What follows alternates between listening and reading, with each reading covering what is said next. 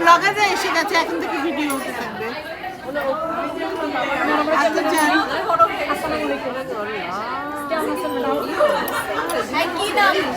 ওরা ভিডিও করে আপলোড করবে না। আমিও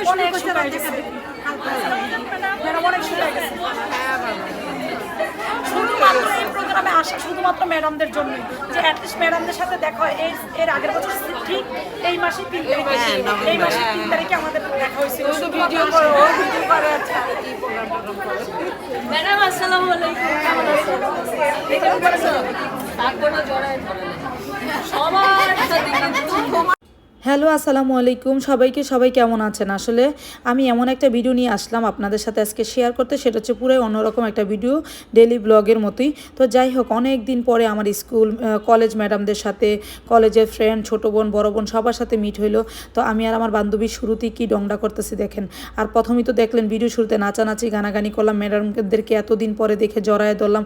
আসলে এই ভালোবাসাটা অন্যরকম ভালোবাসা, কলেজের ম্যাডামদের ভালোবাসা। এটা হচ্ছে মিরপুর 12তে ক্যাফেরিওতে। তো যাই হোক, আলহামদুলিল্লাহ এর আগের বছর সেম এই মাসেই হয়েছিল আয়োজনটা। তো তারপরে অনেক মজা করলাম, এতদিন পর ম্যাডামদের সাথে দেখা হলে। সেটা ভিডিও শুরুতেই আপনারা দেখেছেন কি করেছি। এটা হচ্ছে রূপা, যে হচ্ছে এই আয়োজনটা প্রতি বছরই করে। থ্যাংক ইউ রূপা, তুমি এরকম সুন্দর আয়োজন করো দেখে ম্যাডামদের সাথে, ছোটো বোন বড় বোন সবার সাথে দেখা হয়। আসলে কলেজ লাইফটা আমার জীবনের সবচেয়ে শ্রেষ্ঠ একটা লাইফ। এই যে সেই আলতাফুনেসা ম্যাডাম, যে হচ্ছে আমার ডিপার্টমেন্টের হেড ছিল। আমি ভাবছিলাম ম্যাডাম মনে দুনিয়াতে নাই, আলহামদুলিল্লাহ এখনও পর্যন্ত ম্যাডাম আল্লাহ তাআলা বাঁচিয়ে রাখছে। এটা অনেক বড় একটা পাওয়া। ম্যাডামের অনেক বয়স, ম্যাডাম সারা জীবন এরকমই থাকতো, সবসময় একটা এই যে সাদা একটা অ্যাপ্রন পরা থাকতো। ম্যাডামের যে আমি কি বাঘের মতো ভয় পাইতাম, অকল্পনীয় ভয়। আর এখন ম্যাডামের গলার ধরে হাঁটতেছি, কি একটা অবস্থা দেখেন।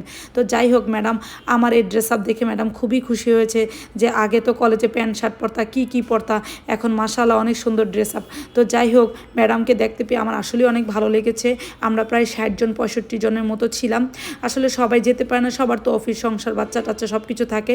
বাট তারপরও আমরা যত কষ্টের মধ্যে হইলো আমরা ম্যাডামের সাথে দেখা করতে গেছি, তারপরে ছোটো বোনদের সাথে দেখা করছি, বড় বোন কিছু ছিল, অনেক ভালো লাগছে। তো একটা কথা বলি, মেইন কথায় আসি, আমি তো বাঙালি তাই না, খাওয়া দাওয়া তো একটু লাগে। তো যাই হোক, খাওয়া দাওয়াটা হচ্ছে ক্যাফেরিওর খাবারটা আমার একদমই ভালো লাগে না।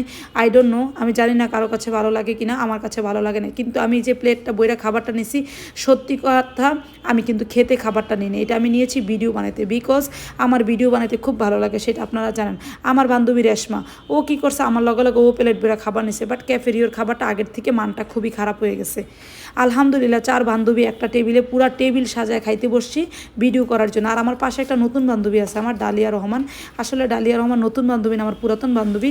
ওর একটু টিটকারি করে কইতেছিলাম নতুন বান্ধবী, কারণ ওর সাথে অনেক দিন যোগাযোগ নাই, এই আর কি। তো আমার আরেকটা ফ্রেন্ড ছিল শিমু, আজকে শিমুকে অনেক বেশি মিস করতেছিলাম। আরেকটা ফ্রেন্ড ছিল জিনিয়া, ওদের দুজনকে অনেক মিস করতেছিলাম। জানি না ওরা কেমন আছে, যেখানেই থাকুক ভালো থাকুক। তো যাই হোক, 4টা ফ্রেন্ড মিলে একসাথে খাইলাম, ভিডিও করলাম, এটার মজাই কিন্তু অন্যরকম। তো এই ভিডিওটা আপনাদের কার কাছে কেমন লাগে অবশ্যই কমেন্ট দিয়ে জানাবেন। এটা মিরপুর 12তে, খুব কষ্ট করে যাইনি, অনেক আনন্দ সহিতই গিয়েছিলাম। 2 বান্ধবী মিলে, রেশমার আমি একসাথে গিয়ে অনেক মজা করলাম।